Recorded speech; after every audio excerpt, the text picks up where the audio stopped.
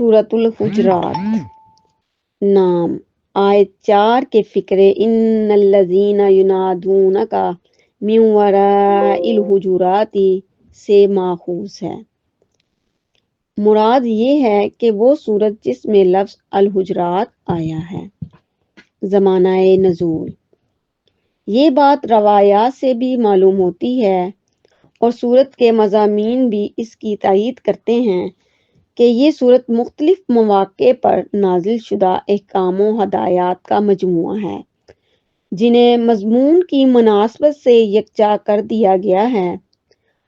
علاوہ برین روایات سے یہ بھی معلوم ہوتا ہے کہ ان میں سے اکثر احکام مدینہ طیبہ کے آخری دور میں نازل ہوئے۔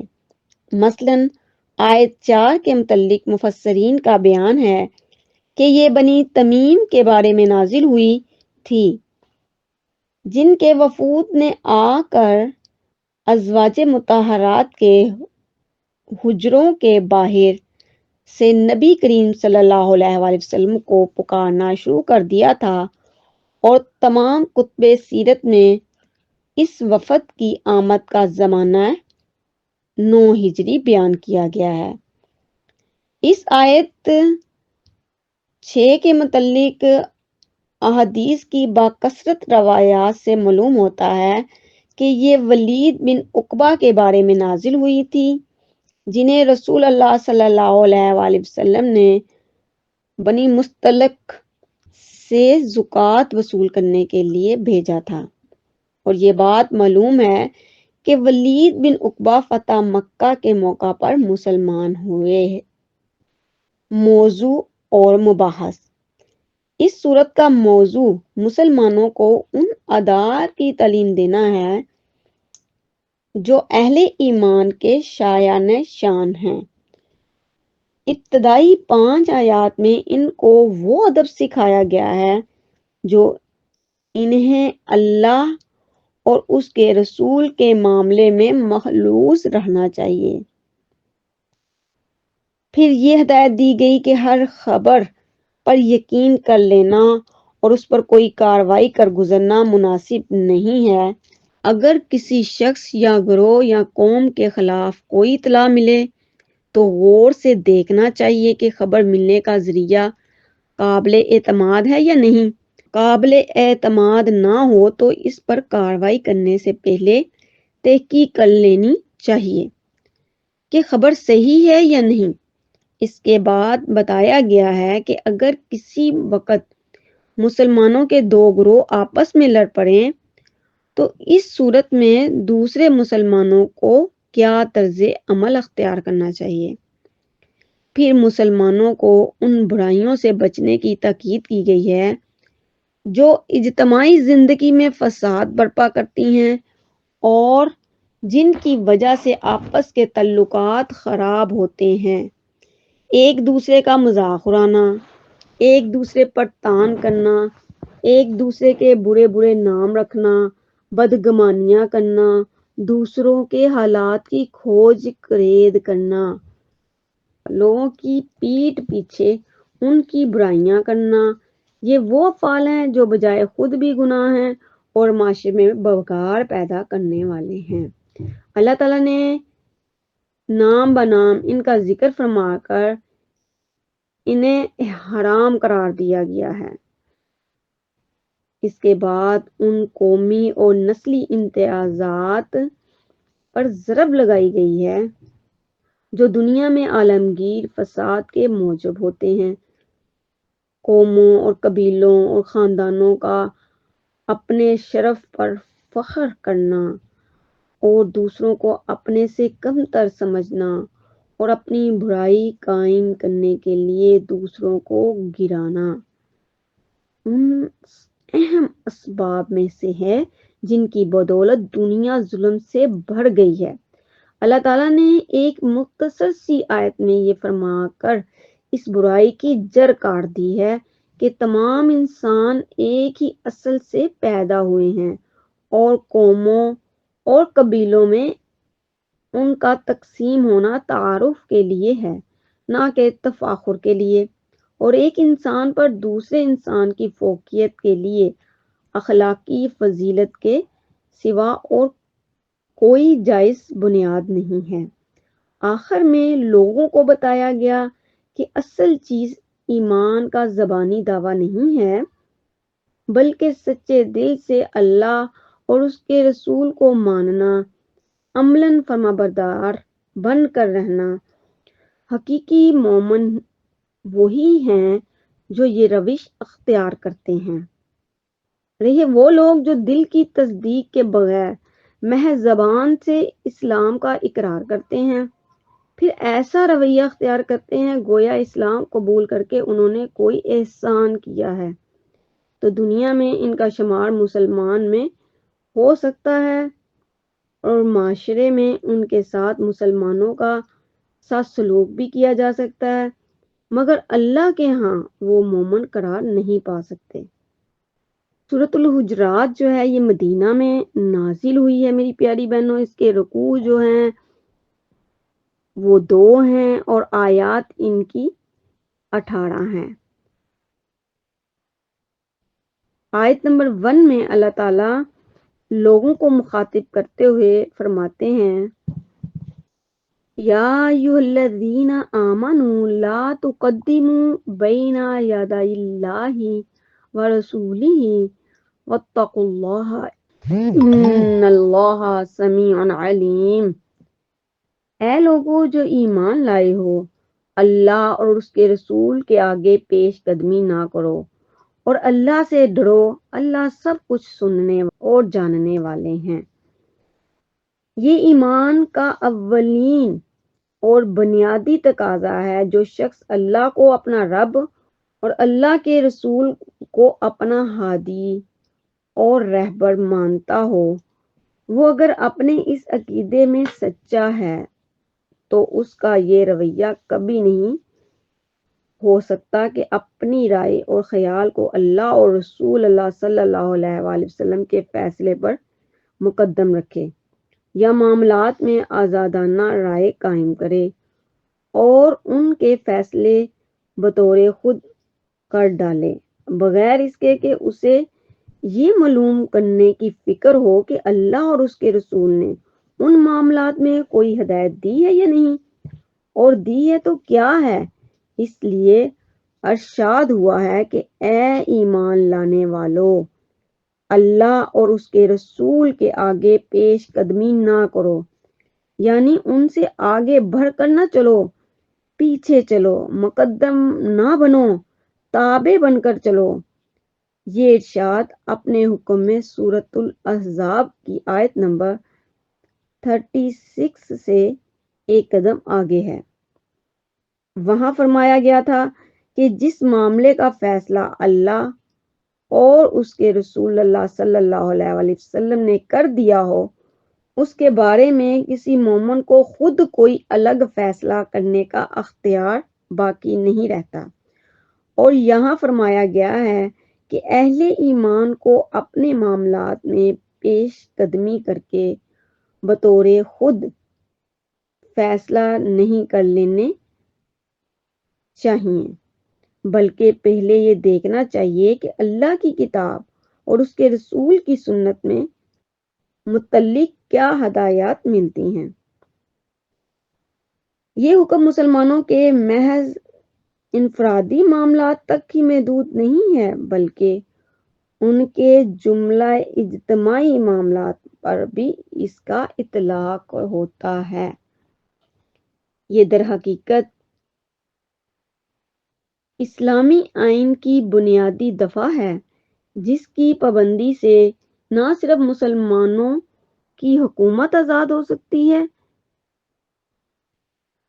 نہ اس کی عدالت اور نہ پارلیمنٹ۔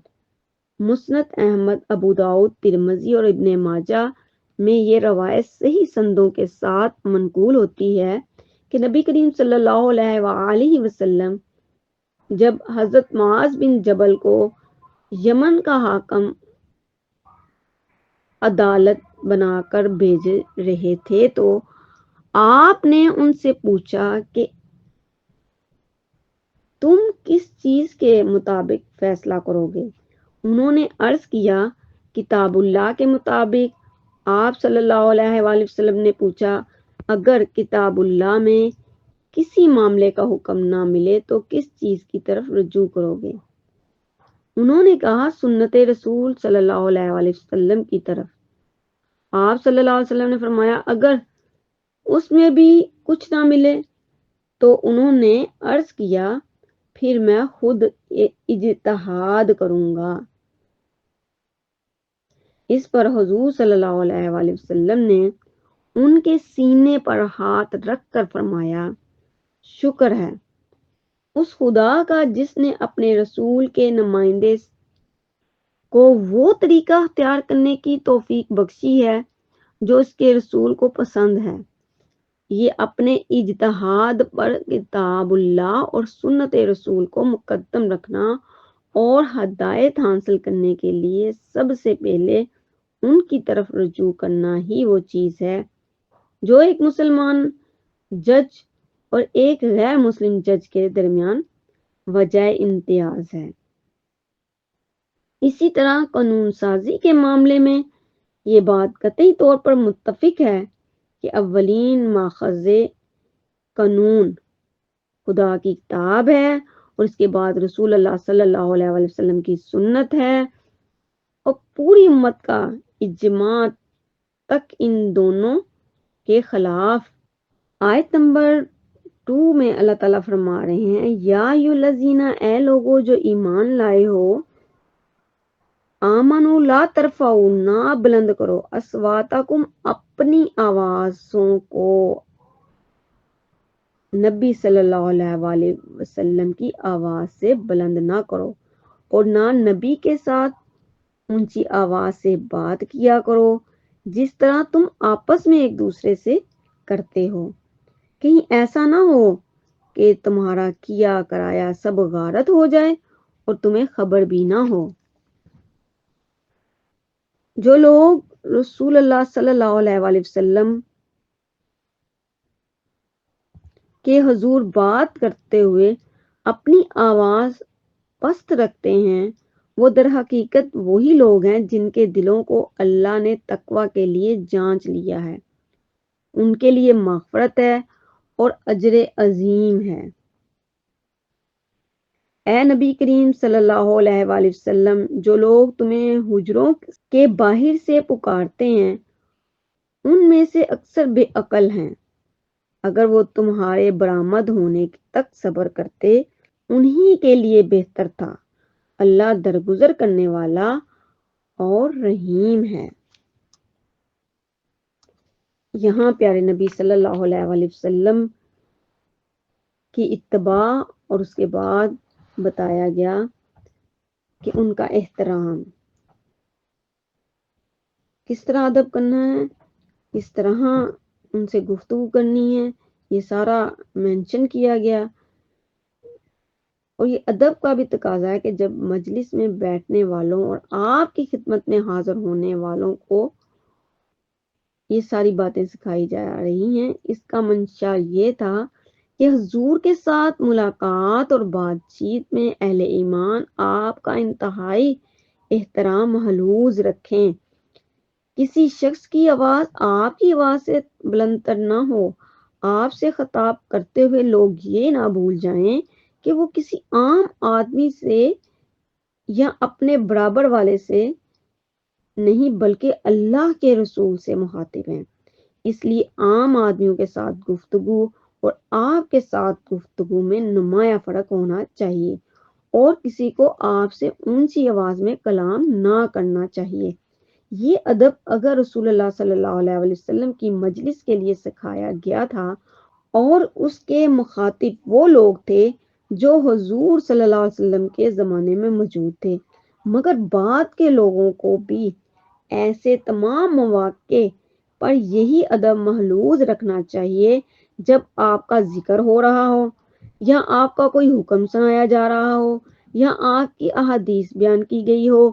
اس کے علاوہ اس آیت میں یہ بھی احکامات نکلیں گے کہ لوگوں کو اپنے بزرگ سے کیسے بات کرنی چاہیے، کیا طرز عمل اختیار کرنا چاہیے گفتگو میں، کسی شخص کو اپنے بزرگوں کے سامنے اس کے عمل سے یہ ظاہر ہونا چاہیے کہ وہ ان کا احترام کرتا ہے، اور کسی کو ایسے نہیں چاہیے کہ اپنے بزرگوں کے ساتھ بات کرتے ہوئے، بولتے ہوئے، کہ جس طرح وہ اپنے دوستوں یا عام آدمیوں کے سامنے بولتے ہیں اس طرح نہیں بولنا۔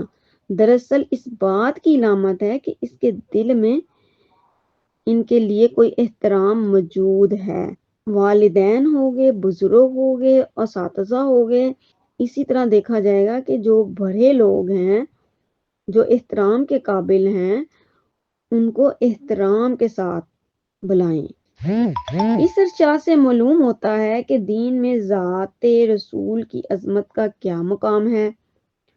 رسول اللہ صلی اللہ علیہ وآلہ وسلم کے سوا کوئی شخص خواہ بجائے خود کتنا ہی قابل احترام ہو، بہرحال یہ حیثیت نہیں رکھتا کہ اس کے ساتھ بے ادبی اللہ کے ہاں اس سزا کی مستحق ہو جو حقیقت میں کفر کی سزا، اور زیادہ سے زیادہ ایک بدتمیزی ہوگی اگر کسی استاد سے، بزرگ سے بد تہذیبی سے بات کر دی یا خلاف تہذیب حرکت ہوگی، مگر رسول اللہ صلی اللہ علیہ وآلہ وسلم کے احترام میں ذرا سی کمی بھی اتنا بڑا گناہ ہے کہ اس سے آدمی کی عمر بھر کی کمائی غارت ہو سکتی ہے۔ اس لیے آپ کا احترام دراصل اس اللہ کا احترام ہے جس نے آپ کو اپنا رسول بنا کر بھیجا ہے، اور آپ کے احترام میں کمی کے معنی اللہ کے احترام میں کمی کے ہیں۔ تو اب تو میرے پیارے نبی صلی اللہ علیہ وسلم کی ہماری جب بات ہو رہی ہو، یا قرآن پڑھا جا رہا ہو، یا حدیث پڑھی جا رہی ہو، تو میری پیاری بہنوں سے توجہ سے سنیں، اور گویا کہ ہم قرآن پڑھتے ہوئے، حدیث پڑھتے ہوئے ان سے ہم کلام ہو رہے ہوتے ہیں۔ آیت نمبر 6 میں اللہ تعالی بتا رہے ہیں کہ اے لوگو جو ایمان لائے ہو، اگر کوئی فاسق تمہارے پاس کوئی خبر لے کر آئے تو تحقیق کر لیا کرو، کہیں ایسا نہ ہو کہ تم کسی گروہ نادانستہ نقصان پہنچا بیٹھو اور پھر اپنے کیے پر پشیمان ہو۔ اکثر مفسرین کا بیان ہے کہ یہ آیت ولید بن عقبہ بن معیط کے بارے میں نازل ہوئی۔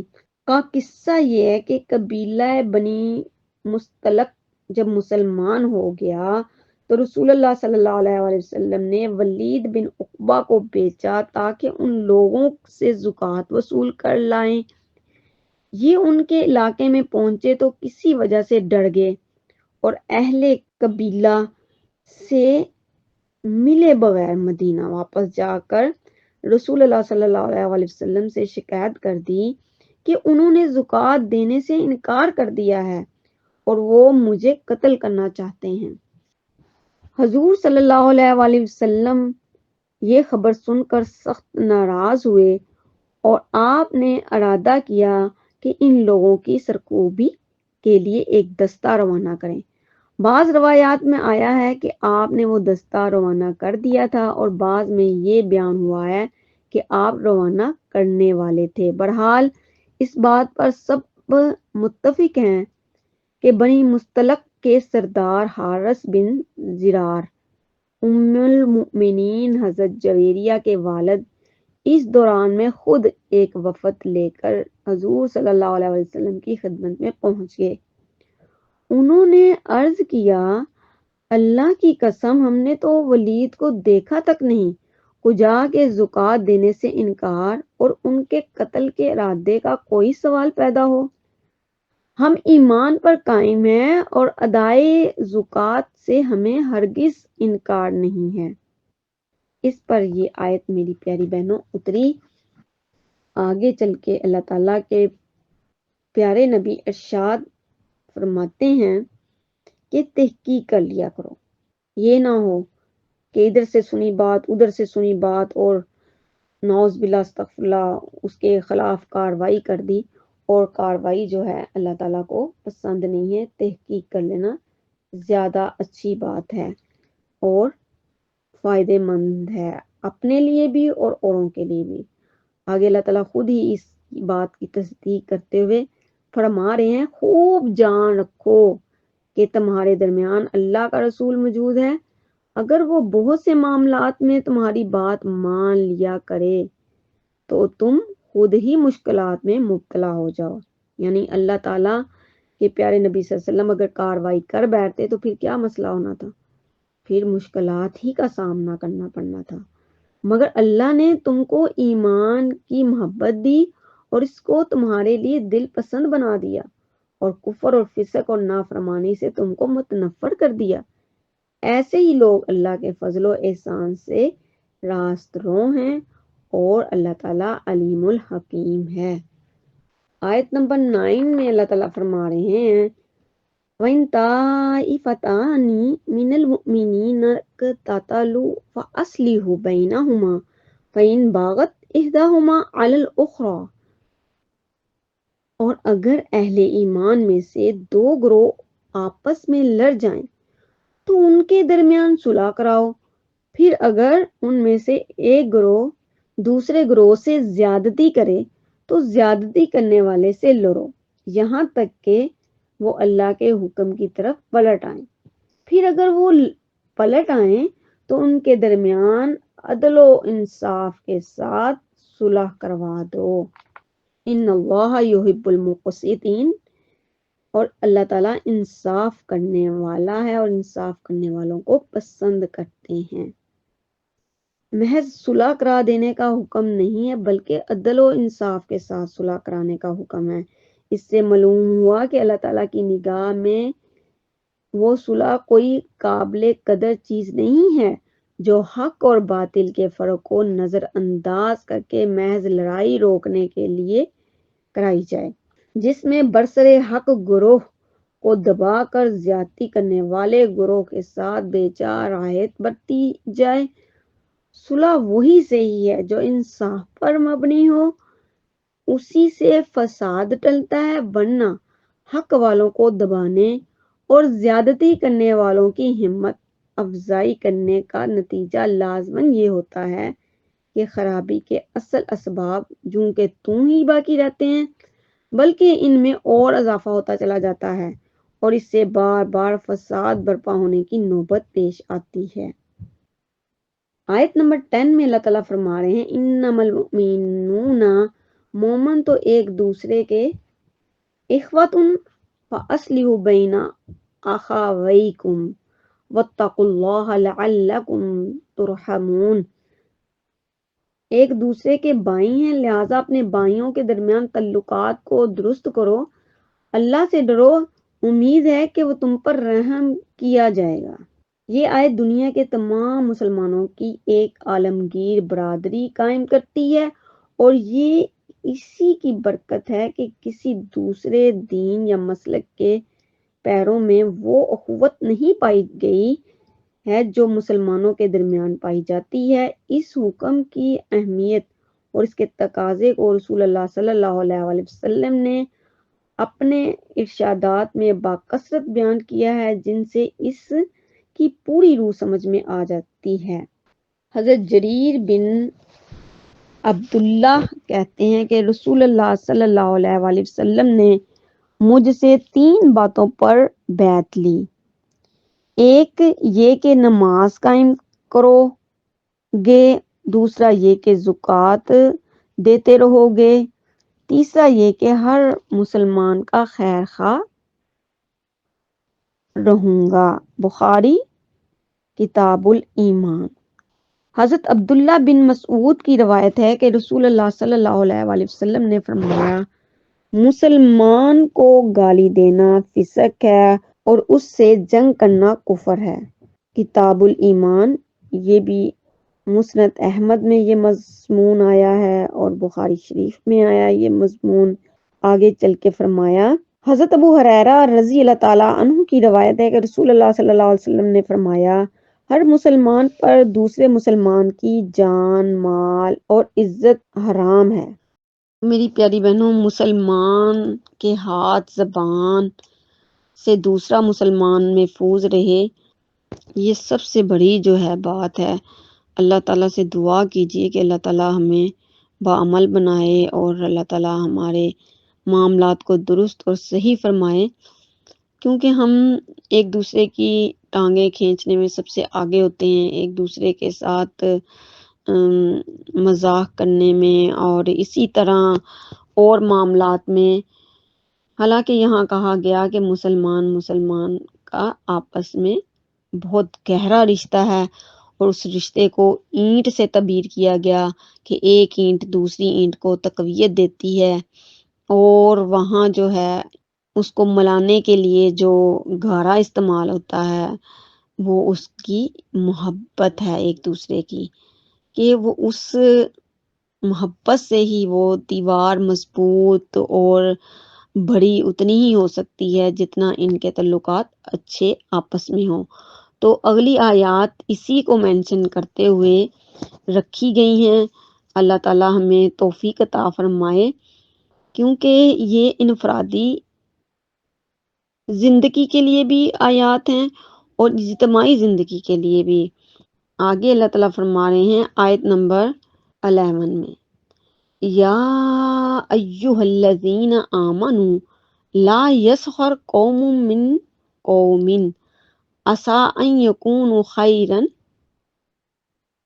اے لوگو جو ایمان لائے ہو، نہ مرد دوسرے مردوں کا مذاق اڑائے، ہو سکتا ہے کہ وہ ان سے بہتر ہوں، اور نہ عورتیں دوسری عورتوں کا مذاق اڑائیں، ہو سکتا ہے کہ وہ ان سے بہتر ہوں۔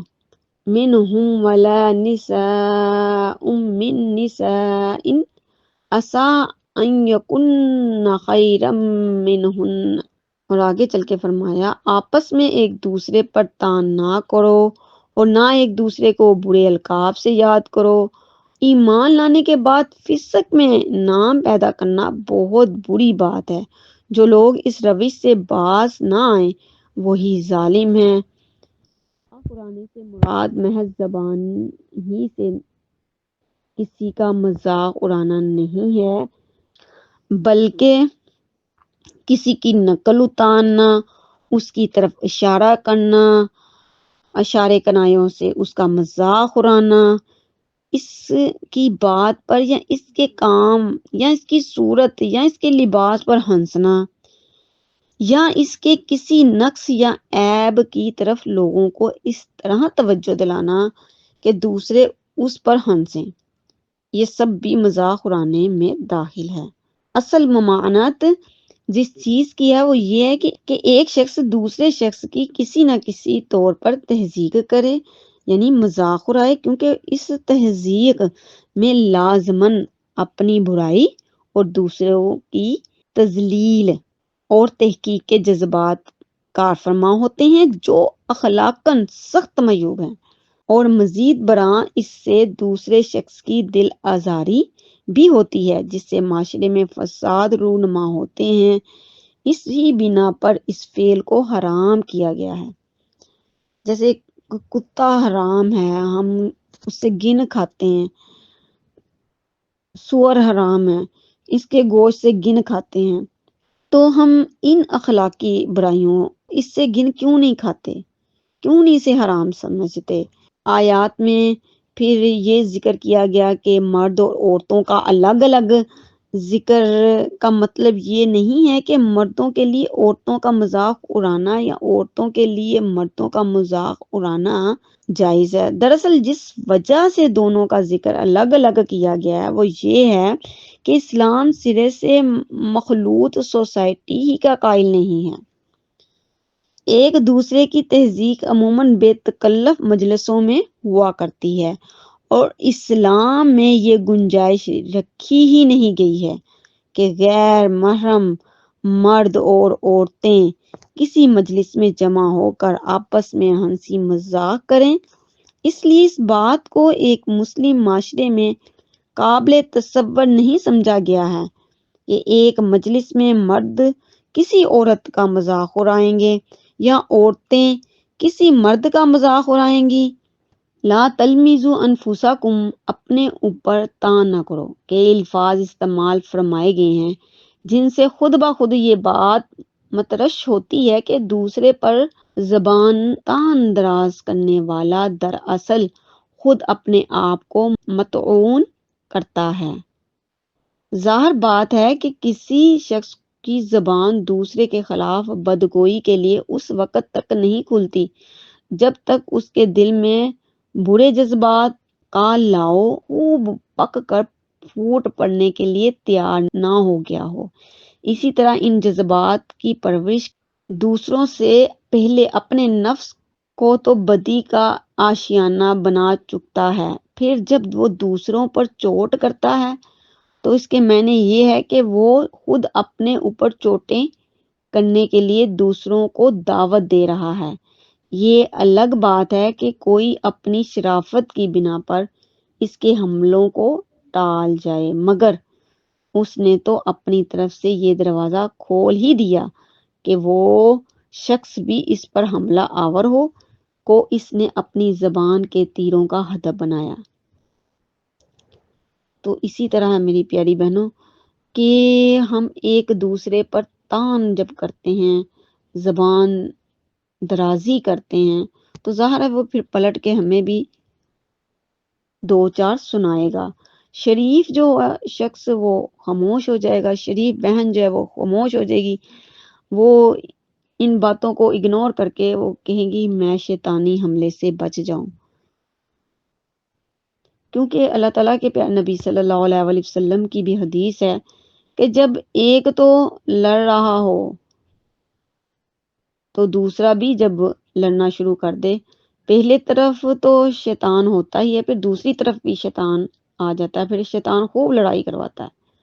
تو اس سے بچ جائیں، محبت اور پیار والی زندگی گزاریں، کیونکہ اب ایسے معاملات ہو رہے ہیں کہ نعوذ باللہ استغفر اللہ، خاندان معاشرہ اسی چیز کا شکار ہے کہ کسی شخص کو ایسے نام سے نہ پکارا جائے یا ایسا لقب نہ دیا جائے جو اس کو ناگوار ہو اور جس سے اس کی تحقیر و تنقیص ہوتی ہو۔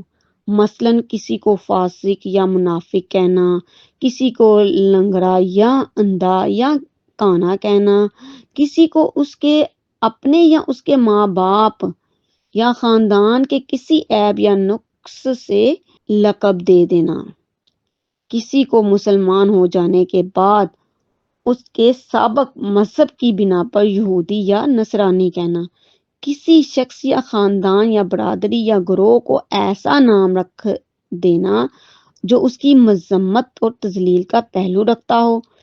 اس حکم سے صرف وہ القاب مستثنی ہیں جو اپنی ظاہری صورت کے اعتبار سے تو بدنما ہیں، مگر ان سے مذمت مقصود نہیں ہوتی، بلکہ وہ ان لوگوں کی پہچان کا ذریعہ بن جاتی ہے جن کو ان القاب سے یاد کیا جاتا ہے۔ اسی بنا پر محدثین نے اسماء رجال میں جیسے ایک نام کے کئی آدمی موجود ہوں، ان میں سے کسی خاص شخص کی پہچان اس کے کسی خاص لقب ہی سے ہوتی ہے، تو وہ لقب استعمال کیا جا سکتا ہے اگرچہ وہ بجائے خود برا ہو۔ مثلاً عبداللہ نام کے کئی آدمی ہوں اور ایک ان میں سے نبینا ہو، تو آپ اس کی پہچان کے لیے نبینا عبداللہ کہہ سکتے ہیں۔ اسی طرح ایسے القاب بھی اس حکم کے تحت نہیں آتے جن میں بظاہر تنقیص کا پہلو نکلتا ہے، مگر در حقیقت وہ محبت کی بنا پر رکھے جاتے ہیں، اور خود وہ لوگ بھی جنہیں ان القاب سے یاد کیا جاتا ہے انہیں پسند کرتے ہیں، جیسے ابو ہریرہ رضی اللہ تعالیٰ عنہ کو پیارے نبی صلی اللہ علیہ وسلم کہتے تھے ابو تراب۔ آیت نمبر سورۃ الحجرات کی یا ایھا الذین آمنوا اجتنبوا کثیرا من الظن ان بعض الظن اثم ولا تجسسوا ولا یغتب بعضکم بعضا۔ اے لوگو جو ایمان لائے ہو، بہت گمان کرنے سے پرہیز کرو، بعض گمان گناہ ہوتے ہیں، تجسس نہ کرو، اور تم میں سے کوئی کسی کی غیبت نہ کرے۔ کیا تمہارے اندر کوئی ایسا ہے جو اپنے مردے بھائی کا گوشت کھائے۔ اچھا، یہاں جو ہے گمان کرنے سے نہیں روکا گیا بلکہ بہت زیادہ گمان کرنے سے اور ہر طرح کے گمان کی پیروی کرنے سے منع فرمایا گیا ہے، اور اس کی وجہ یہی بتائی گئی کہ بعض گمان گناہ ہوتے ہیں۔ اس حکم کو سمجھنے کے لیے ہمیں تجزیہ کر کے دیکھنا چاہیے کہ گمان کتنی قسم کے ہیں، ہر ایک کی اخلاقی حیثیت کیا ہے۔ ایک قسم کا گمان وہ ہے جو اخلاق کی نگاہ میں نہایت پسندیدہ اور دین کی نظر میں مطلوب اور محمود ہے، مثلاً اللہ اور اس کے رسول اللہ صلی اللہ علیہ وآلہ وسلم اور اہل ایمان سے نیک گمان اور ان لوگوں کے ساتھ حسن ظن جن سے آدمی کا میل جول ہو کے متعلق بدگمانی کرنے کی کوئی معقول وجہ نہ ہو۔ دوسری قسم کا گمان وہ ہے جس سے کام لینے کے سوا عملی زندگی میں کوئی چارہ نہیں، مثلاً عدالت میں اس کے بغیر کام نہیں چل سکتا کہ جو شہادتیں حاکم عدالت کے سامنے پیش ہوں ان کو جانچ کر وہ غالب گمان کی بنا پر فیصلہ کرے، کیونکہ معاملے کی حقیقت کا براہ راست علم اس کو نہیں ہو سکتا، اور شہادتوں کی بنیاد پر جو رائے قائم ہوتی ہے وہ زیادہ تر یقین پر نہیں بلکہ ظن غالب پر مبنی ہوتی ہے۔ اسی طرح بکثرت معاملات میں جہاں کوئی نہ کوئی فیصلہ کرنا ضروری ہوتا ہے، در حقیقت اور حقیقت کا علم حاصل ہونا ممکن نہیں ہوتا، انسان کے لیے گمان کی بنیاد پر ایک رائے قائم کرنے کے سوا کوئی چارہ نہیں۔ تیسری قسم کا گمان دیکھ لیتے ہیں جو گرچہ تو بدگمانی ہے مگر جائز نوعیت کی ہے اور اس کا شمار گناہ میں نہیں ہو سکتا، مثلاً کسی شخص یا گروہ کی سیرت و کردار میں یا اس کے معاملات اور طور و طریقے میں ایسی واضح علامات پائی جاتی ہوں جن کی بنا پر وہ حسن ظن کا مستحق نہ ہو اور اس سے بدگمانی کرنے کے لیے معقول وجوہ موجود ہوں۔ ایسی حالت میں شریعت کا مطالبہ یہ ہرگز نہیں ہے کہ آدمی سادہ لوئی برت کر ضرور اس سے حسن ظن ہی رکھے، لیکن اس جائز بدگمانی کی آخری حد یہ ہے کہ اس کے امکانی شر سے بچنے کے لیے بس احتیاط سے کام لینے پر اکتفا کیا جائے گا، اس سے آگے بڑھ کر محض گمان کی بنا پر اس کے خلاف کوئی کارروائی کر بیٹھنا درست نہیں ہے۔ چوتھی قسم کا گمان جو دراصل گناہ ہے وہ یہ ہے کہ آدمی کسی شخص سے بلا سبب بدگمانی کرے یا دوسروں کے متعلق رائے قائم کرنے میں ہمیشہ بدگمانی ہی سے ابتدا کیا کرے۔ ایسے لوگوں کے معاملے میں بدظنی سے کام لے جن کا ظاہر حال یہ بتا رہا ہو کہ وہ نیک اور شریف ہے۔ اسی طرح یہ بات بھی گناہ ہے کہ ایک شخص کے کسی قول یا فعل میں برائی اور بھلائی کا یکساں احتمال ہو اور محض سوء ظن سے کام لے کر اس کو برائی ہی پر محمول کریں، مثلاً کوئی بھلا آدمی اسی محفل سے اٹھتے ہوئے اپنے جوتے کے بجائے کسی اور کا جوتا اٹھا لے اور ہم یہ رائے قائم کر لیں کہ ضرور اس نے جوتا چرانے ہی کی نیت سے یہ حرکت کی ہے، حالانکہ یہ فعل بھولے سے بھی ہو سکتا ہے، اور اچھے احتمال کو چھوڑ کر برے احتمال کو اختیار کرنے کی کوئی وجہ بدگمانی کے سوا نہیں ہے۔ اس تجزیے سے یہ بات واضح ہو جاتی ہے کہ گمان بجائے خود کوئی ممنوع چیز نہیں ہے اور بعض حالات میں ناگزیر، بعض حالات میں ایک حد تک جائز اور اس سے آگے ناجائز، اور بعض حالات میں بالکل ہی ناجائز۔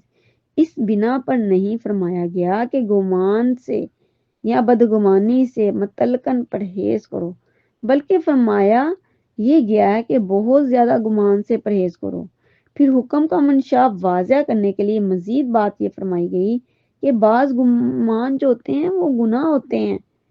اس تنبیہ سے خود بخود یہ بات نکلتی ہے کہ جب کبھی آدمی گمان کی بنا پر کوئی رائے قائم کر رہا ہو یا کسی اقدام کا فیصلہ کرنے لگے تو اسے اچھی طرح جانچ تول کر ہی دیکھ لینا چاہیے کہ میں جو گمان کر رہا ہوں یا کر رہی ہوں کہیں وہ گناہ تو نہیں ہے۔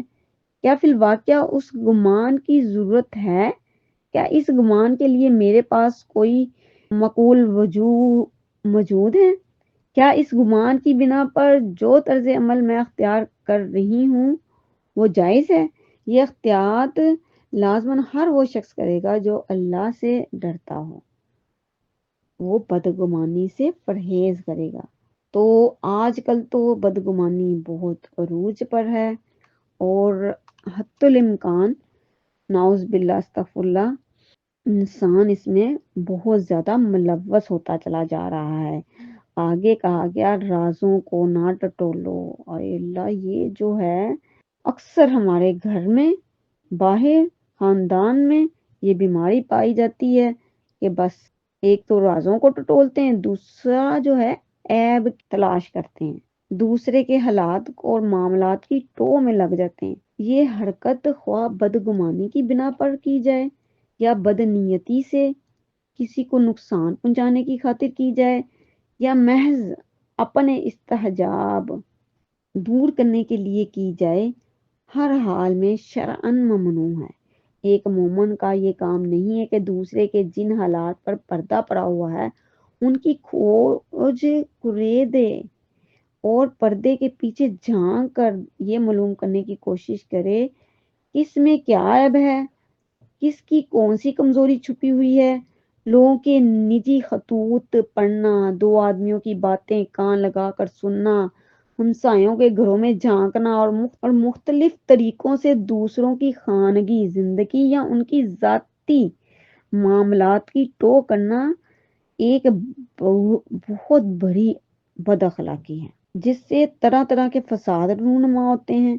اسی لیے نبی کریم صلی اللہ علیہ وآلہ وسلم نے ایک مرتبہ اپنے خطبہ میں تجسس کرنے والے کے متعلق فرمایا، اے لوگو جو زبان سے ایمان لے آئے ہو مگر ابھی تمہارے دلوں میں ایمان نہیں اترا ہے، مسلمانوں کے پوشیدہ حالات کی کھو نہ لگایا کرو، کیونکہ جو شخص مسلمان کے عیب ڈھونڈنے کے درپے ہوگا اللہ اس کے عیب کے درپے ہو جائے گا، اور اللہ جس کے درپے ہو جائے اسے اس کے گھر میں رسوا کر کے چھوڑتا ہے۔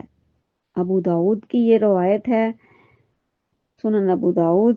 اور آگے چل کے حضرت معاویہ کہتے ہیں کہ میں نے رسول اللہ صلی اللہ علیہ وآلہ وسلم کو یہ فرماتے سنا ہے، تم اگر لوگوں کے مخفی حالات معلوم کرنے کے درپے ہوگے تو ان کو بگاڑ دو گے یا کم از کم بگاڑ کے قریب پہنچا دو گے۔ جب کسی شخص کے متعلق تمہیں کوئی برا گمان ہو جائے تو اس کی تحقیق نہ کرو۔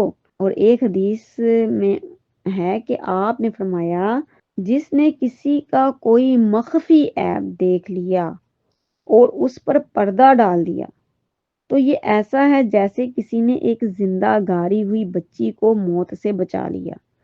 اب یہاں جو ہے معاملات اس کے برعکس ہیں، کس کا کوئی مخفی راز پتہ چل جائے اس پر پردہ ڈالنے کے بجائے اس کو اچھالا جاتا ہے، بلکہ اس کے ایسا دیکھا جاتا ہے کہ اس کا خطوط دیکھے جائیں، یا اب موبائل کا دور آ گیا ہے، اس موبائل کو پکڑا جائے، اس کو ٹٹولا جائے، اس میں سے اس کے ثبوت اکٹھے کیے جائیں اور اس کو رسوا کیا جائے۔ تو یہ تجسس کا بہت بھیانک انجام ہے۔ اس کے بارے میں آپ کو اور معلومات فراہم کرنے کے لیے کوشش کرتی ہوں کہ ایک واقعہ بتاؤں جس سے آپ کو اس کا پتہ چلے کہ تجسس کی ممانعت کا یہ حکم صرف افراد ہی کے لیے نہیں ہے بلکہ اسلامی حکومت کے لیے بھی ہے۔ شریعت نے نہیں عن المنکر کا جو فریضہ حکومت کے سپرد کیا ہے اس کا یہ تقاضا نہیں ہے کہ وہ جاسوسی کا ایک نظام قائم کر کے لوگوں کی چھپی ہوئی برائیوں کو ڈھونڈ ڈھونڈ کر نکالے اور ان پر سزا دے، بلکہ اسے صرف ان برائیوں کے خلاف طاقت استعمال کرنی چاہیے جو ظاہر ہو جائیں۔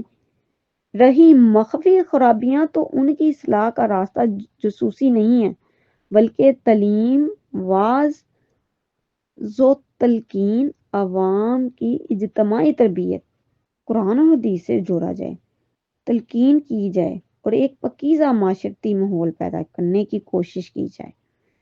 اس سلسلے میں حضرت عمر کا یہ واقعہ بہت سبق آموز ہے کہ ایک مرتبہ رات کے وقت آپ نے ایک شخص کی آواز سنی جو اپنے گھر میں گا رہا تھا۔ آپ کو شک گزرا اور دیوار پر چڑھ گئے، دیکھا کہ وہاں شراب بھی موجود ہے اور ایک عورت بھی ہے۔ آپ نے پکار کر کہا، اے دشمنان خدا، کیا تو نے یہ سمجھ رکھا ہے کہ تو اللہ کی نافرمانی کرے گا اور اللہ تیرا پردہ فاش نہ کرے گا؟ اس نے جواب دیا، امیر المومنین، جلدی نہ کیجیے، اگر میں نے ایک گناہ کیا ہے تو آپ نے 3 گناہ کیے ہیں۔ اللہ نے تجسس سے منع کیا تھا، آپ نے تجسس کیا۔ اللہ نے حکم دیا تھا گھروں میں ان کے دروازوں سے آؤ اور آپ دیوار پر چڑھ کر آئے ہیں۔ اللہ نے حکم دیا تھا آپ اپنے گھروں کے سوا دوسروں کے گھروں میں اجازت لیے بغیر نہ جاؤ اور آپ میری اجازت کے بغیر میرے گھر میں تشریف لے آئے۔ یہ جواب سن کر حضرت عمر رضی اللہ تعالی عنہ اپنی غلطی مان گئے اور اس کے خلاف انہوں نے کوئی کارروائی نہ کی، البتہ اس سے یہ وعدہ لے لیا کہ وہ بھلائی کی راہ اختیار کرے گا۔ اس سے معلوم ہوا کہ افراد ہی کے لیے نہیں، خود اسلامی حکومت کے لیے بھی یہ جائز نہیں ہے کہ وہ لوگوں کے راز ٹٹول کے ان کے گناہوں کا پتہ چلائے اور پھر انہیں پکڑے۔ یہی بات ایک حدیث میں بھی ارشاد ہوئی ہے جس میں نبی کریم صلی اللہ علیہ وآلہ وسلم نے فرمایا، حکمران جب لوگوں کے اندر شبہات کے اسباب تلاش کرنے لگے تو وہ ان کو بگاڑ کر رکھ دیتا ہے۔ اس حکم سے مستثنیٰ صرف وہی مخصوص حالات ہیں جس میں تجسس کی فی الحقیقت ضرورت ہو، مثلا کسی شخص یا گروہ کے رویے میں بگاڑ کی کچھ علامات نمایاں نظر آ رہی ہوں اور اس کے متعلق یہ اندیشہ پیدا ہو جائے کہ وہ کسی جرم کا ارتکاب کرنے والا ہے، تو حکومت اس کے حالات کی تحقیق کر سکتی ہے، یا مثلا کسی شخص کے ہاں کوئی شادی کا پیغام بھیجے یا اس کے ساتھ کوئی کاروباری معاملہ کرنا چاہے تو وہ اپنے اطمینان کے لیے اس کے حالات کی تحقیق کر سکتی ہے۔ غیبت کی تعریف یہ ہے کہ آدمی کسی شخص کی پیٹھ پیچھے اس کے متعلق ایسی بات کہے جو اگر اسے معلوم ہو تو اس کو ناگوار گزرے۔ یہ تعریف خود رسول اللہ صلی اللہ علیہ وسلم سے منقول ہے۔ حضرت ابو ہریرہ رضی اللہ تعالی عنہ کی روایت ہے جسے مسلم، ابو داؤد، ترمذی اور دوسرے محدثین نے نقل کیا ہے۔ اس میں حضور صلی اللہ علیہ وسلم نے غیبت کی یہ تعریف بیان فرمائی ہے، غیبت یہ ہے کہ تو اپنے بھائی کا ذکر اس طرح کرے جو اسے ناگوار ہو۔ عرض کیا گیا کہ اگر میرے بھائی میں یہ بات پائی جاتی ہو جو میں کہہ رہا ہوں تو اس صورت میں آپ کا کیا خیال ہے؟ فرمایا، اگر اس میں وہ بات پائی جاتی ہو تو نے اس کی غیبت کی، اور اگر اس میں موجود نہ ہو تو نے اس پر بہتان لگا دیا۔ دیکھیں کیسے واضح الفاظ میں بیان کیا گیا۔ تو میری پیاری بہنوں، اب تو یہ عام بات نہیں ہوگی کہ ہم کسی کی غیبت کرتے ہوئے بھی یہ نہیں دیکھتے کہ یہ اللہ اور رسول اللہ صلی اللہ علیہ وسلم نے اس سے منع کیا گیا، اور پھر یہی نہیں کہا، یہاں تک بتایا کہ اگر وہ شخص اس کو برا مانتا ہو تو آپ بیان کریں ان کو۔ تو یہ غلط بات ہے نا۔ اللہ تعالیٰ توفیق عطا فرمائے، اللہ تعالیٰ معاملات کو درست کرے، اللہ تعالیٰ معاملات کو اچھا کر دے۔ یہ اسی وقت ممکن ہے جب ہم ان احادیث پر عمل کریں گے۔ ایک شخص نے حضور صلی اللہ علیہ وسلم سے پوچھا غیبت کیا ہے؟ آپ نے فرمایا یہ کہ تو کسی شخص کا ذکر اس طرح کرے کہ وہ سننے تو اسے ناگوار ہو۔ دیکھیں واضح الفاظ ہیں۔ اس نے عرض کیا یا رسول اللہ صلی اللہ علیہ وآلہ وسلم اگرچہ میری بات حق ہو۔ آپ نے جواب دیا اگر تیری بات باطل ہو تو یہی چیز پھر بہتان بن جاتی ہے، اگر اس میں نہیں پائی جاتی تو پھر تو تم اس کے اوپر بہتان لگا رہے ہو، اور بہتان کی جو سزا ہے میری پیاری بہنوں وہ بہت زیادہ ہے۔ اگر آپ جانیں تو ابھی آپ تو نہ کسی کی غیبت کریں اور نہ ہی کسی پر اوٹ پٹانگ باتیں تھوپ دیں۔ بہتان کی سزا 80 کوڑے ہیں میری پیاری بہنوں۔ ان ارشادات سے معلوم ہوا کہ کسی شخص کے خلاف اس کے پیچھے جھوٹا الزام لگانا بہتان ہے، اور اس کے واقعی عیوب بیان کرنا غیبت۔ یہ فعل خواہ صریح الفاظ میں کیا جائے یا اشارہ اور کنایا میں، بہرحال حرام ہی ہے۔ اسی طرح یہ فعل خواہ آدمی کی زندگی میں کیا جائے یا اس کے مرنے کے بعد، دونوں صورتوں میں اسی کی حرمت یکساں ہے۔ ابو داؤد کی روایت میں ہے کہ معاذ بن مالک کو جب زنا کے جرم میں رجم کی سزا دی گئی تو نبی کریم صلی اللہ علیہ وآلہ وسلم نے راہ چلتے ایک صاحب کو اپنے ساتھی سے یہ کہتے سن لیا کہ اس شخص کو دیکھو، اللہ نے اس کا پردہ ڈھانک دیا تھا مگر اس کے نفس نے اس کا پیچھا نہ چھوڑا جب تک یہ کتے کی موت نہ مار دیا گیا۔ پھر دور آگے جا کر راستے میں ایک گدھے کی لاش سڑی ہوئی نظر آئی۔ حضور صلی اللہ علیہ وآلہ وسلم نے رک کر کہا، ان دونوں اصحاب کو بلا کر فرمایا اتریے اور اس گدھے کی لاش کو تناول فرمائیے۔ ان دونوں نے عرض کیا یا رسول اللہ صلی اللہ علیہ وآلہ وسلم اسے کون کھائے گا؟ فرمایا ابھی ابھی آپ لوگ اپنے بھائی کی عزت پر جو حرف زنی کر رہے تھے وہ اس گدھے کی لاش کھانے سے بہت زیادہ بری تھی۔ اس حرمت سے مستثنا صرف 2 صورتیں ہیں جن میں کسی شخص کے پیٹھ پیچھے یا اس کے مرنے کے بعد اس کی برائی بیان کرنے کی کوئی ایسی ضرورت لاحق ہو جو شریعت کی نگاہ میں ایک صحیح ضرورت ہو، اور وہ ضرورت غیبت کے بغیر پوری نہ ہو سکتی ہو، اور اس کے لیے اگر غیبت نہ کی جائے تو غیبت کی بنسبت زیادہ بڑی برائی لازم آتی ہو۔ نبی کریم صلی اللہ علیہ وآلہ وسلم نے اس استثناء کو اصولاً یوں بیان فرمایا، بدترین زیادتی کسی مسلمان کی عزت پر ناحق حملہ کرنا ہے۔ ابو داؤد۔ اس ارشاد میں ناحق کی قید یہ بتائی ہے کہ حق کی بنا پر ایسا کرنا جائز ہے۔ پھر خود نبی کریم صلی اللہ علیہ وآلہ وسلم ہی کی طرز عمل میں ہم کو چند نظیریں ایسی ملتی ہیں جن سے معلوم ہوتا ہے کہ حق سے مراد کیا ہے اور کس قسم کے حالات میں غیبت بقدر ضرورت جائز ہو سکتی ہے۔ ایک مرتبہ ایک بدو آ کر حضور صلی اللہ علیہ وآلہ وسلم کے پیچھے نماز میں شامل ہوا اور نماز ختم ہوتے ہی یہ کہتا ہوا چل دیا، خدایا مجھ پر رحم کر اور محمد صلی اللہ علیہ وآلہ وسلم پر، اور ہم دونوں کے سوا کسی کو اس رحمت میں شامل نہ کر۔ حضور صلی اللہ علیہ وآلہ وسلم نے صحابہ سے فرمایا اتقولون هو اذل ام بعیر الم تسمعوا الی ما قال، تم لوگ کیا کہتے ہو یہ شخص زیادہ نادان ہے یا اس کا اونٹ؟ تم نے سنا نہیں کہ یہ کیا کہہ رہا تھا؟ ابو داؤد کی یہ حدیث ہے۔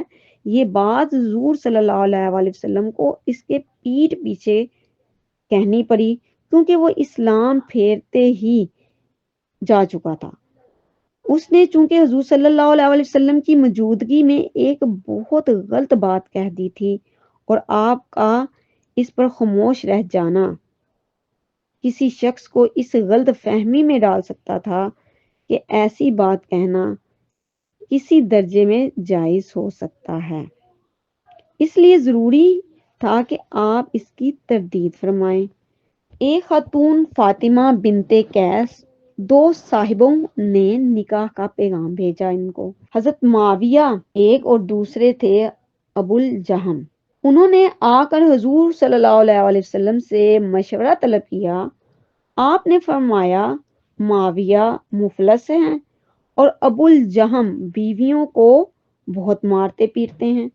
یہ بخاری اور مسلم کی حدیث ہے۔ یہاں ایک خاتون کے لیے مستقبل کی زندگی کا مسئلہ درپیش تھا اور حضور سے انہوں نے مشورہ طلب کیا تھا۔ اس حالت میں آپ نے ضروری سمجھا کہ دونوں صاحبوں کی جو کمزوریاں آپ کو علم ہے وہ انہیں بتا دیں، تو آپ صلی اللہ علیہ وسلم نے ان کو بتا دیا۔ اسی طرح بتایا شادی بیاہ کے معاملات میں یا کاروبار کے معاملات میں آپ اتنی بات با کم و کاست جتنی اس میں ہے بتا سکتے ہیں جو اس میں موجود ہے۔ ایک روز حضور صلی اللہ علیہ وسلم حضرت عائشہ کے ہاں تشریف فرما تھے۔ ایک شخص نے آ کر ملاقات کی اجازت طلب کی۔ حضور صلی اللہ علیہ وسلم نے فرمایا کہ یہ اپنے قبیلے کا بہت برا آدمی ہے۔ آپ پھر باہر تشریف لے گئے اور اس سے بڑی نرمی کے ساتھ بات کی۔ گھر میں واپس تشریف لائے تو حضرت عائشہ نے عرض کیا کہ آپ نے تو اس سے بڑی اچھی طرح گفتگو فرمائی ہے، حالانکہ باہر جاتے وقت آپ نے اس کے متعلق وہ کچھ فرمایا تھا جو اب آپ نے فرمایا۔ خدا کے نزدیک آپ نے فرمایا تھا خدا کے نزدیک قیامت کے روز بدترین مقام اس شخص کا ہوگا جس کی بدزبانی سے ڈر کر لوگ اس سے ملنا جلنا چھوڑ دیں۔ بخاری اور مسلم۔ اس واقعے پر غور کیجئے تو معلوم ہوگا کہ حضور صلی اللہ علیہ وسلم نے اس شخص کے متعلق بری رائے رکھنے کے باوجود اس کے ساتھ اچھی طرح بات چیت تو صلی اللہ علیہ وسلم نے حضرت عائشہ صدیقہ رضی اللہ تعالی کی کہ آپ کا اخلاق اسی کا تقاضا کرتا تھا، لیکن آپ کو یہ اندازہ ہوا کہ آپ کے گھر والے کہیں اسے آپ کا دوست نہ سمجھ لیں اور بعد میں کسی وقت وہ اس کا ناجائز فائدہ نہ اٹھائے، اس لیے آپ صلی اللہ علیہ وسلم نے حضرت عائشہ صدیقہ رضی اللہ تعالی عنہا کو خبردار کر دیا کہ وہ اپنے قبیلے کا بہت برا آدمی ہے۔ اور یہ حدیث آپ یاد کریں، لوگوں تک پہنچائیں، کیونکہ یہ معاملات بہت زیادہ ہو رہے ہیں آج کل اور گھروں کے معاملات بگھار کے نزدیک تک پہنچ چکے ہیں۔ جب ان پر عمل کیا جائے گا تو انشاءاللہ اللہ تعالیٰ اپنی رحمت فرمائیں گے ہر گھر میں۔ ایک موقع پر حضرت ابو سفیان کی بیوی ہندہ بنت عتبہ نے آ کر حضور صلی اللہ علیہ وسلم سے عرض کیا کہ ابو سفیان ایک بخیل آدمی ہیں، مجھے اور میرے بچوں کو اتنا نہیں دیتے جو ضروریات کے لیے کافی ہو۔ بخاری اور مسلم کی حدیث ہے۔ بیوی کی طرف سے شوہر کی غیر موجودگی میں یہ شکایت اگرچہ غیبت تھی، مگر حضور صلی اللہ علیہ وسلم نے اس کو جائز رکھا، کیونکہ مظلوم کو یہ حق پہنچتا ہے کہ ظالم کی شکایت کسی ایسے شخص کے پاس لے جائے کر کی جائے جو اس کو رفع کرا سکتا ہو۔ اب یہ نہیں ہے کہ آج کل کی بیویاں تو میک اپ کے لیے اتنی فرمائشیں کہ کپڑوں اور لباس کے لیے اتنی فرمائشیں کہ شوہر کی آمدنی اتنی نہیں ہوتی جتنا اس کی فرمائشیں ہوتی ہیں۔ تو بیویوں کو بھی سوچ سمجھ کر یہ معاملہ کرنا چاہیے۔ یہ نہ ہو کہ اس کی جو سیلری ہے وہ تو کم ہے لیکن اس کے مطالبات بڑے بڑے ہیں، تو اس سے اجتناب کرنا چاہیے اور جتنی چادر ہے اس چادر کے مطابق اپنی آمدنی کے حساب سے گھریلو خرچ کو مد نظر رکھ کے کرنا چاہیے تاکہ انتشار ختم ہو اور آپس میں الفتیں اور محبتیں پروان چڑھیں۔ سنت رسول اللہ صلی اللہ علیہ وآلہ وسلم کی ان نظیروں سے استفادہ کر کے فقہاء و محدثین نے یہ قاعدہ اخذ کیا ہے کہ غیبت صرف اس صورت میں جائز ہے جبکہ ایک صحیح یعنی شرعاً صحیح غرض کے لیے اس کی ضرورت ہو اور وہ ضرورت اس کے بغیر پوری نہ ہو سکتی ہو، پھر اسی قاعدے کی بنا رکھتے ہوئے علماء نے غیبت کے حسب ذیل صورتیں جائز قرار دی ہیں۔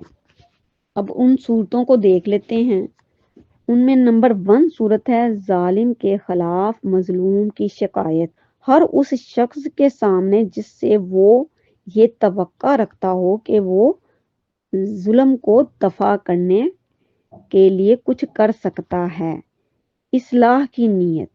دوسرا پوائنٹ، اصلاح کی نیت سے کسی شخص یا گروہ کی برائی کا ذکر ایسے لوگوں کے سامنے جن سے یہ امید ہو کہ وہ ان برائیوں کو دور کرنے کے لیے کچھ کر سکیں گے۔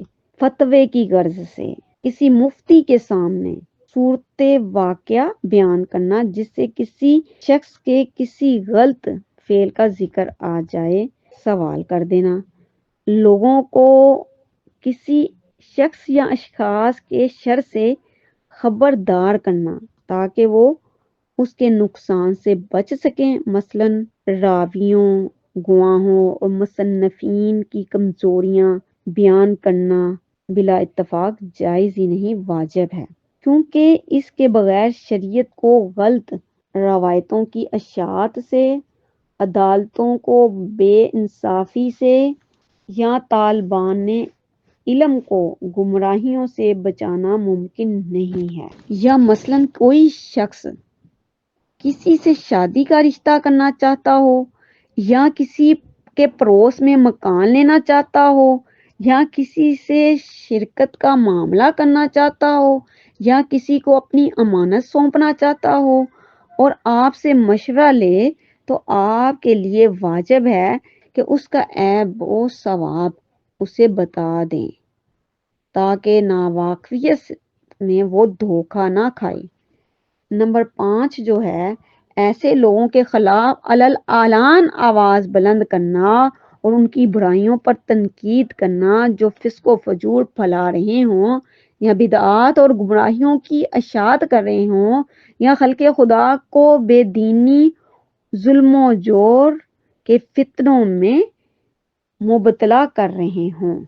نمبر 6 میں لوگ وہ آتے ہیں جو لوگ کسی برے لقب سے اس قدر مشہور ہو چکے ہوں کہ وہ اس لقب کے سوا کسی اور لقب سے پہچانے نہ جا سکتے ہوں اور ان کے لیے وہ لقب استعمال کرنا بغرض تعریف کے نہ بغرض تنقیص یعنی نقص نکالتے ہوئے نہ بلکہ اس کی تعریف، اس کی عزت کو محفوظ رکھتے ہوئے کرنا۔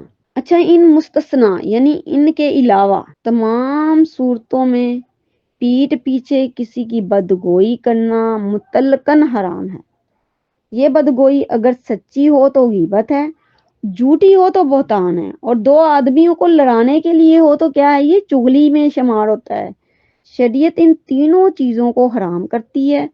اسلامی معاشرے میں ہر مسلمان پر یہ لازم ہے کہ اگر اس کے سامنے کسی شخص پر جھوٹی تہمت لگائی جا رہی ہو تو وہ اس کو خاموشی سے نہ سنے بلکہ اس کی تردید کرے، اور اگر کسی جائز شرعی ضرورت کے بغیر کسی کی واقعی برائیاں بیان کی تو اس فعل کے مرتکب کو خدا سے ڈرائے اور اس گناہ سے باز رہنے کی تلقین کرے۔ نبی صلی اللہ علیہ وآلہ وسلم کا ارشاد مبارک ہے کہ اگر کوئی شخص کسی مسلمان کی حمایت ایسے موقع پر نہیں کرتا جہاں اس کی تذلیل کی جا رہی ہو اور اس کی عزت پر حملہ کیا جا رہا ہو تو اللہ تعالیٰ بھی اس کی حمایت ایسے موقع پر نہیں کرتا جہاں وہ اللہ کی مدد کا خواہاں ہو، اور اگر کوئی شخص کسی مسلمان کی حمایت ایسے موقع پر کرتا ہے جہاں اس کی عزت پر حملہ کیا جا رہا ہو اور اس کی تذلیل اور توہین کی جا رہی ہو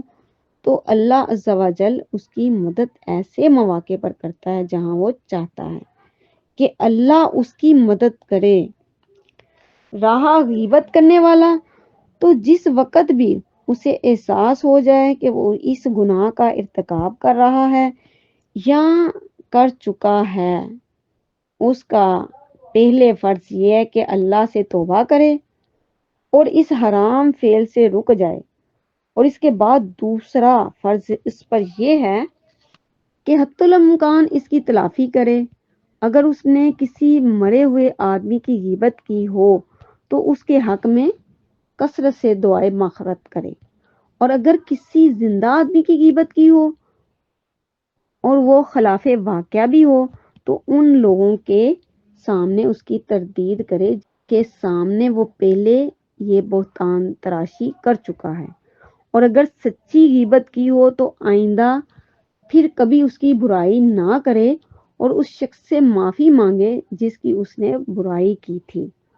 علماء کا ایک گروہ کہتا ہے کہ معافی صرف اس صورت میں مانگنی چاہیے جبکہ اس شخص کو اس کا علم ہو چکا ہو، ورنہ صرف توبہ پر اکتفا کرنا ہی چاہیے، کیونکہ اگر وہ شخص بے خبر ہو اور غیبت کرنے والا معافی مانگنے کی خاطر اسے جا کر یہ بتائے کہ میں نے تیری غیبت کی تھی تو یہ چیز اس کے لیے اذیت کا موجب ہوگی۔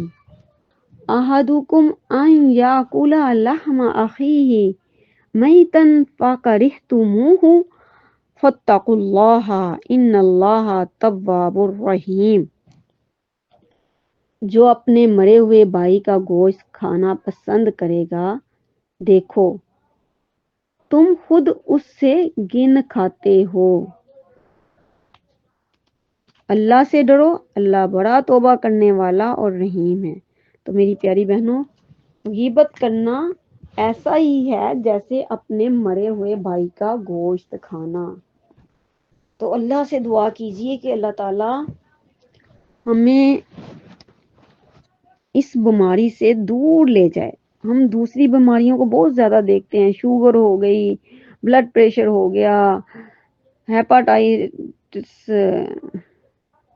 ہوگا، شوگر ہو گئی، بخار ہو گیا، نزلہ زکام ہو گیا، بلڈ پریشر ہو گیا، یا اور بہت کوئی بیماری، فالج اور اسی طرح کی اور بہت بیماری ہیں جن کی ہمیں اتنی فکر ہوتی ہے کہ یہ ہمیں لگ گئی ہیں، اس کی بیماری کا علاج کریں۔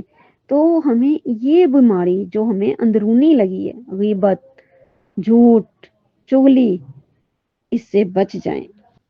یا ایہا الناس انا خلقناکم من ذکر وانثی وجعلناکم شعوبا وقبائل لتعارفوا ان اکرمکم عند اللہ اتقاکم ان اللہ علیم خبیر۔ لوگو، ہم نے تم کو ایک مرد اور ایک عورت سے پیدا کیا اور پھر تمہاری قومیں اور برادریاں بنا دیں تاکہ تم ایک دوسرے کو پہچانو۔ در حقیقت اللہ کے نزدیک تم میں سب سے زیادہ عزت والا وہ ہے جو تمہارے اندر سب سے زیادہ پرہیزگار ہے۔ یقیناً اللہ سب کچھ جاننے والے اور باخبر ہیں۔ پچھلی آیات میں اہل ایمان کو خطاب کر کے وہ ہدایات دی گئی ہیں جو مسلم معاشرے کو خرابیوں سے محفوظ رکھنے کے لیے ضروری ہیں۔ اب اس آیت میں پوری نوع انسانی کو خطاب کر کے اس عظیم گمراہی کی اصلاح کی گئی ہے جو دنیا میں ہمیشہ عالمگیر فساد کی موجب بنی رہی ہے۔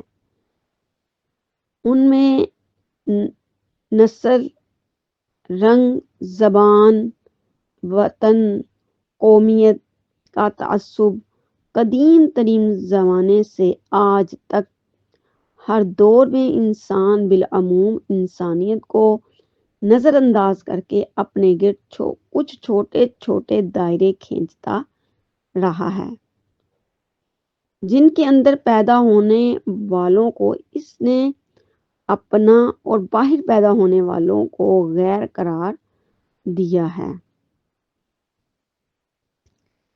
یہ دائرے کسی عقلی اور اخلاقی بنیاد پر نہیں ہیں، بلکہ اتفاقی پیدائش کی بنیاد پر کھینچ دیے گئے ہیں۔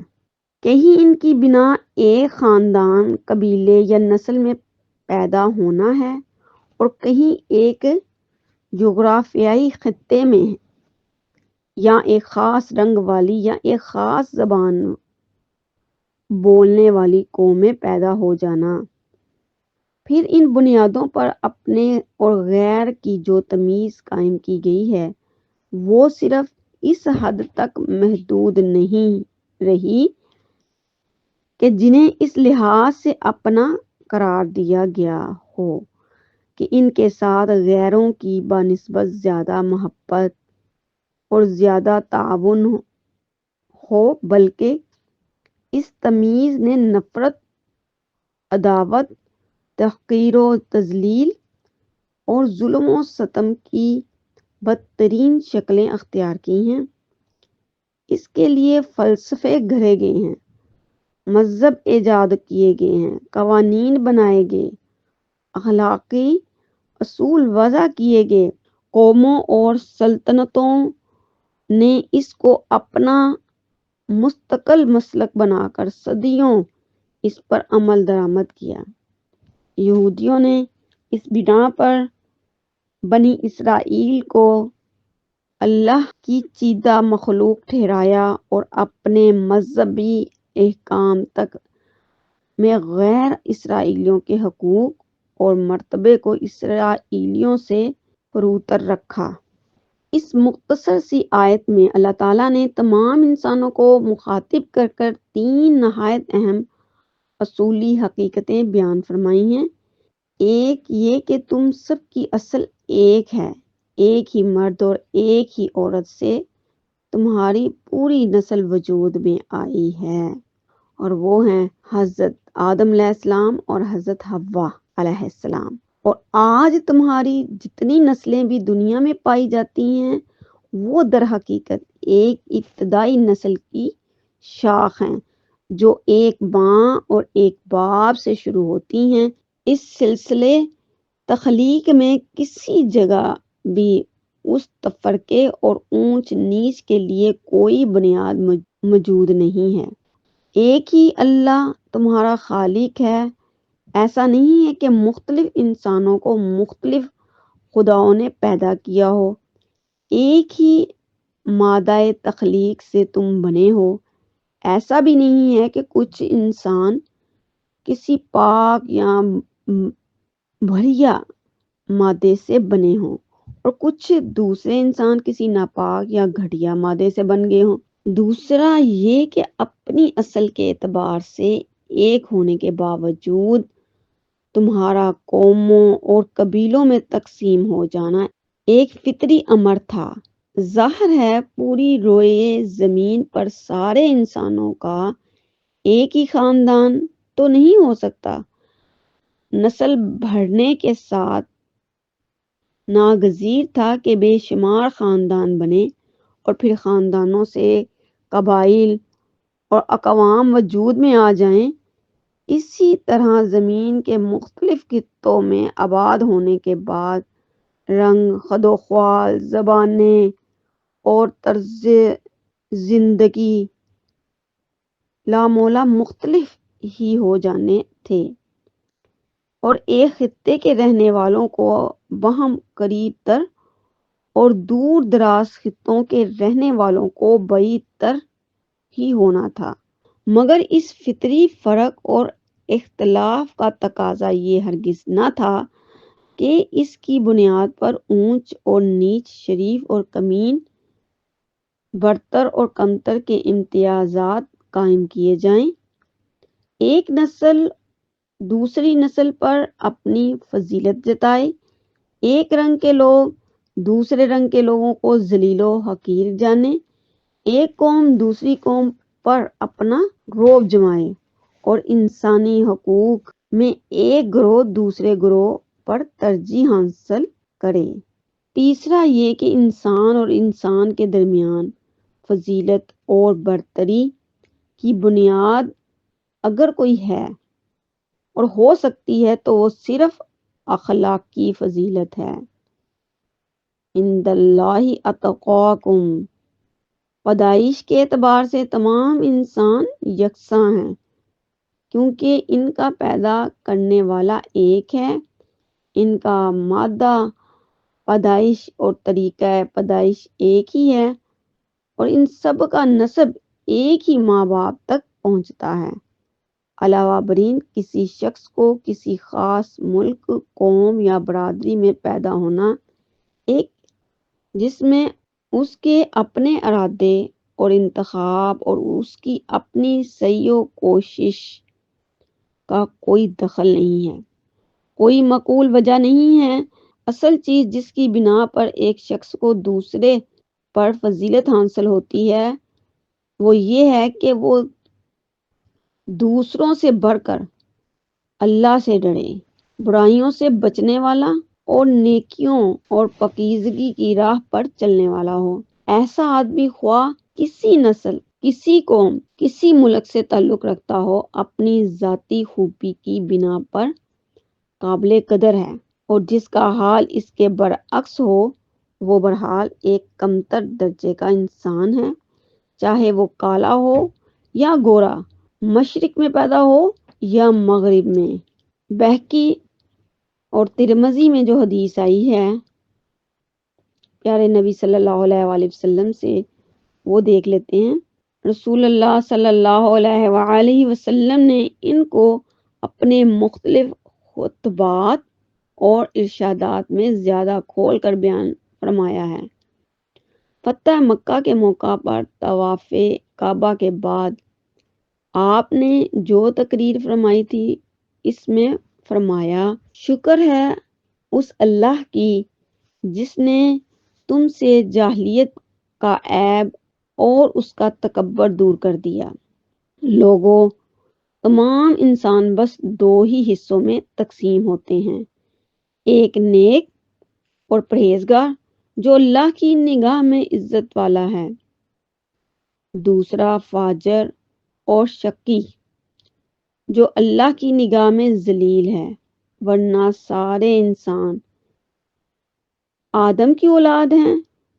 لوگوں خبردار رہو، تم سب کا اللہ ایک ہی ہے۔ کسی عرب کو کسی عجمی پر اور کسی عجمی کو کسی عرب پر اور کسی گھوڑے کو کسی کالے پر اور کسی کالے کو کسی گھوڑے پر کوئی فضیلت حاصل نہیں، مگر تقویٰ کے اعتبار سے اللہ کے نزدیک تم میں سب سے زیادہ عزت والا وہ ہے جو سب سے زیادہ پرہیزگار ہو۔ بتاؤ میں نے تمہیں بات پہنچا دی؟ لوگوں نے عرض کیا، ہاں یا رسول اللہ صلی اللہ علیہ وسلم۔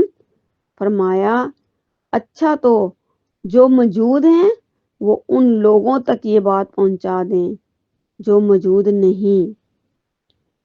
تم سب حضرت آدم علیہ السلام کی اولاد ہو اور حضرت آدم مٹی سے پیدا کیے گئے تھے۔ لوگوں اپنے آباء و اجداد پر فخر کرنا چھوڑ دیں ورنہ وہ اللہ کی نگاہ میں ایک حقیر کیڑے سے زیادہ ذلیل ہوں گے۔ استغفر اللہ۔ اور آج ہم دیکھیں، ہم ایک دوسرے پر طعن کرتے ہیں، ایک دوسرے کے آباء و اجداد کو کوستے ہیں کہ وہ اس طرح کے ہیں اور وہ اس طرح کے۔ یہاں کس طرح اتھینٹک احادیث سے واضح کر دیا گیا کہ اپنے آباء و اجداد پر فخر نہ جتاؤ، کیونکہ پیچھے سے تو ہمارے باپ حضرت آدم علیہ السلام ایک ہی ہیں۔ ایک اور حدیث میں آپ نے ارشاد فرمایا، اللہ قیامت کے روز تمہارا حسب نسب نہیں پوچھیں گے۔ اللہ کے ہاں سب سے زیادہ عزت والا وہ ہے جو سب سے زیادہ پرہیزگار ہو۔ اللہ تمہاری صورتوں اور تمہارے مال نہیں دیکھتے، بلکہ وہ تمہارے دلوں اور تمہارے اعمال کی طرف دیکھتے ہیں۔ اس سلسلے میں ایک غلط فہمی کو رفع کر دینا بھی ضروری ہے۔ شادی بیاہ کے معاملہ میں اسلامی قانون کو جو اہمیت دیتا ہے، اس کو بعض لوگ اس معنی میں لیتے ہیں کہ کچھ برادریاں شریف ہیں، کچھ کمین ہیں، اور ان کے درمیان مناکحت قابل اعتراض ہے، یعنی نکاح نہیں ہو سکتا۔ لیکن دراصل یہ ایک غلط خیال ہے۔ اسلامی قانون کی روح سے ہر مسلمان مرد کا دوسرے مسلمان مرد اور عورت سے نکاح ہو سکتا ہے، مگر ازواجی زندگی کی کامیابی کا انحصار اس پر ہے کہ زوجین کے درمیان عادات، خصائص، طرز زندگی، خاندانی روایات اور معاشی اور معاشرتی حالات میں زیادہ سے زیادہ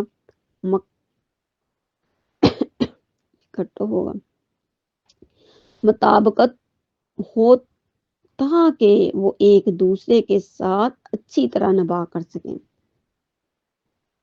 جہاں مرد اور عورت کے درمیان اس لحاظ سے بہت زیادہ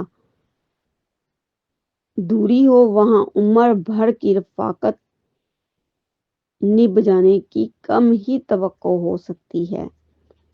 اس لیے اسلامی قانون ایسے جوڑ لگانے کو ناپسند کرتا ہے، نہ اس بنا پر کہ فریقین میں سے ایک شریف اور دوسرا کمین ہے، بلکہ اس بنا پر کہ حالات میں زیادہ بین فرق ہے اور اختلاف ہے، تو شادی بیاہ کا تعلق قائم کرنے میں ازواجی زندگیوں کے ناکام ہو جانے کا زیادہ امکان ہوتا ہے۔ لہٰذا یہ 5 چیزیں ضرور دیکھ لیں جب شادی کر رہے ہوں۔ عادات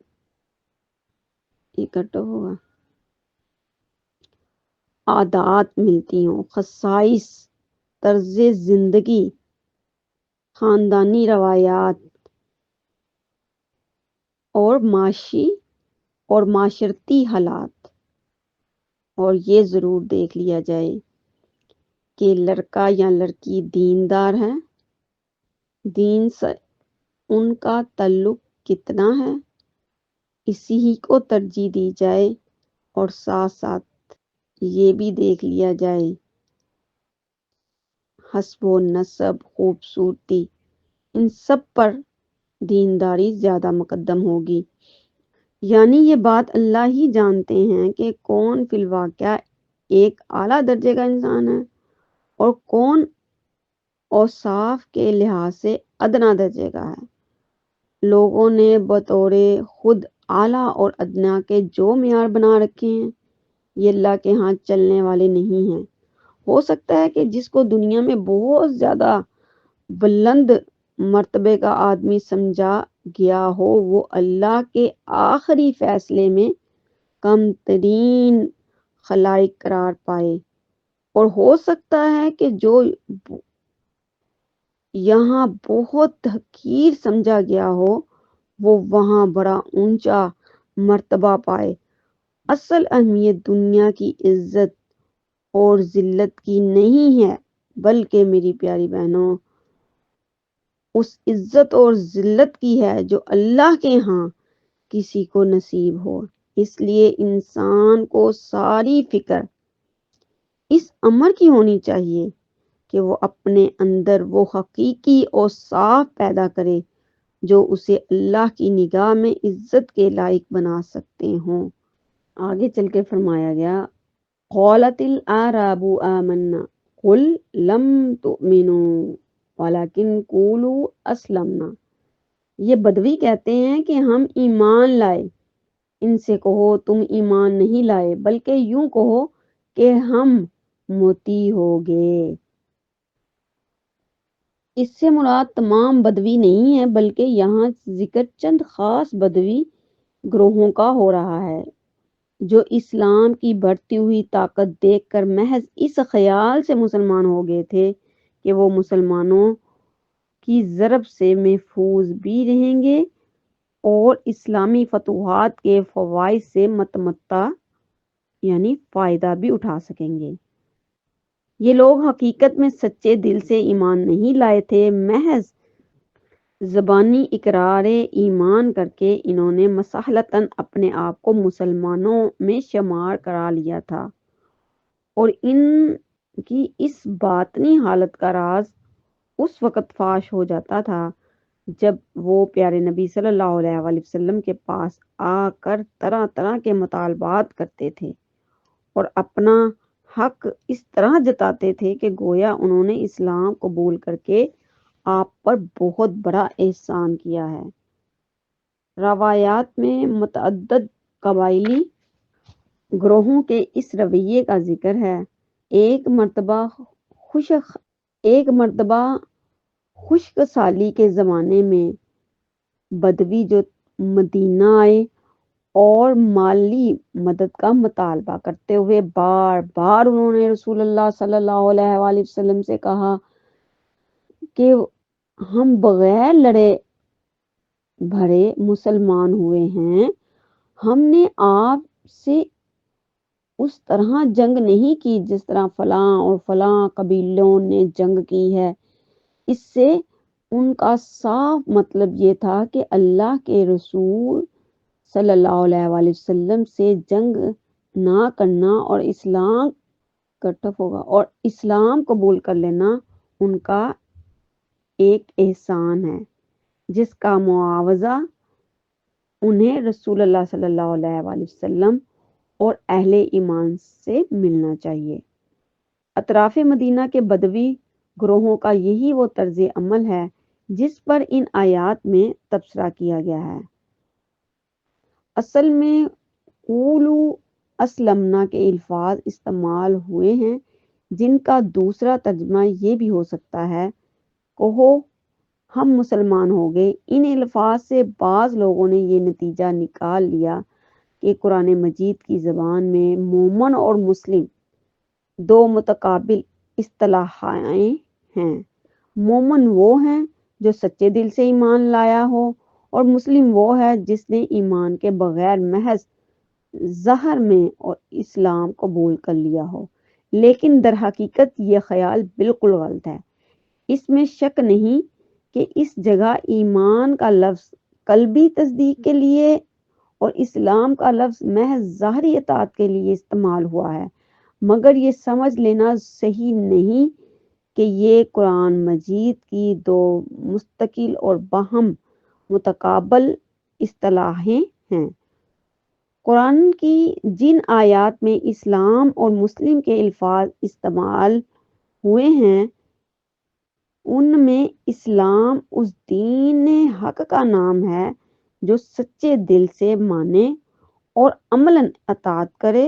مثال کے طور پر حسب ذیل آیات میں آپ دیکھ سکتے ہیں ان الدین عند اللہ الاسلام، یقیناً اللہ کے نزدیک دین صرف اسلام ہے، اور جو اسلام کے سوا کوئی اور دین چاہے اس کا وہ دین ہرگز قبول نہ کیا جائے گا، اور میں نے تمہارے لیے اسلام کو دین کی حیثیت سے پسند کیا ہے۔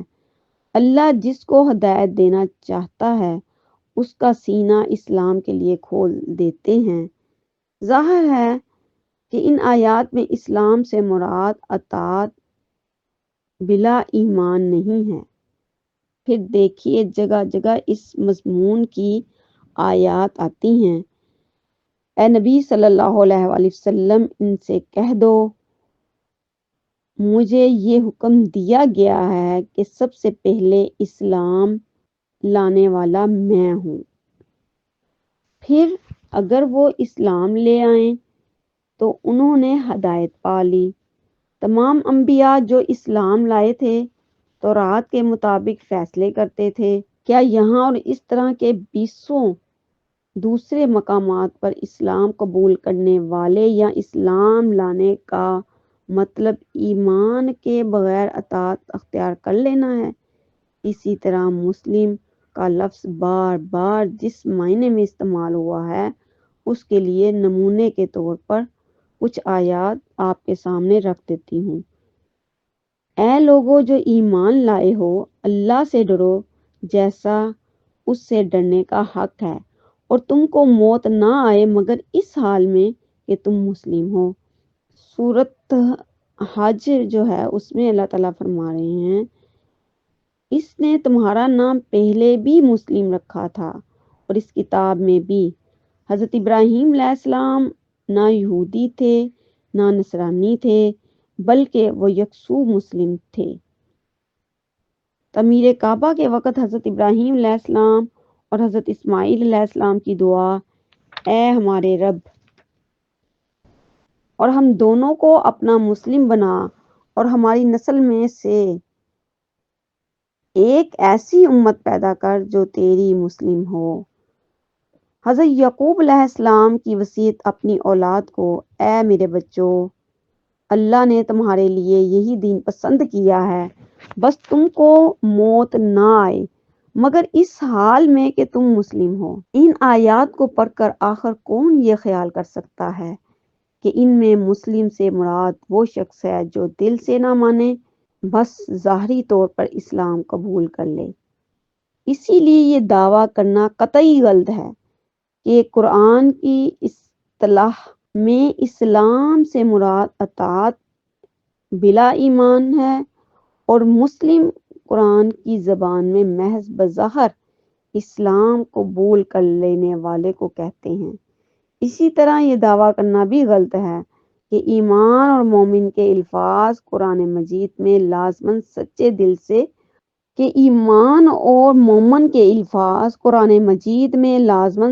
دل سے ماننے ہی کے معنی میں استعمال ہوئے ہیں۔ بلا شبہ کثرت مقامات پر یہ الفاظ اسی مفہوم کے لیے آئے ہیں، لیکن باکثرت مقامات ایسے بھی ہیں جہاں یہ الفاظ ظاہری اقرار ایمان کے لیے بھی استعمال کیے گئے ہیں، اور یا ایھا الذین آمنوا کہہ کر ان سب لوگوں کو خطاب کیا گیا ہے جو زبانی اقرار کر کے مسلمانوں کے گروہ میں شامل ہوئے ہوں، قطعی نظر اس سے کہ وہ سچے مسلمان ہو یا ضعیف الایمان ہو یا محض منافق۔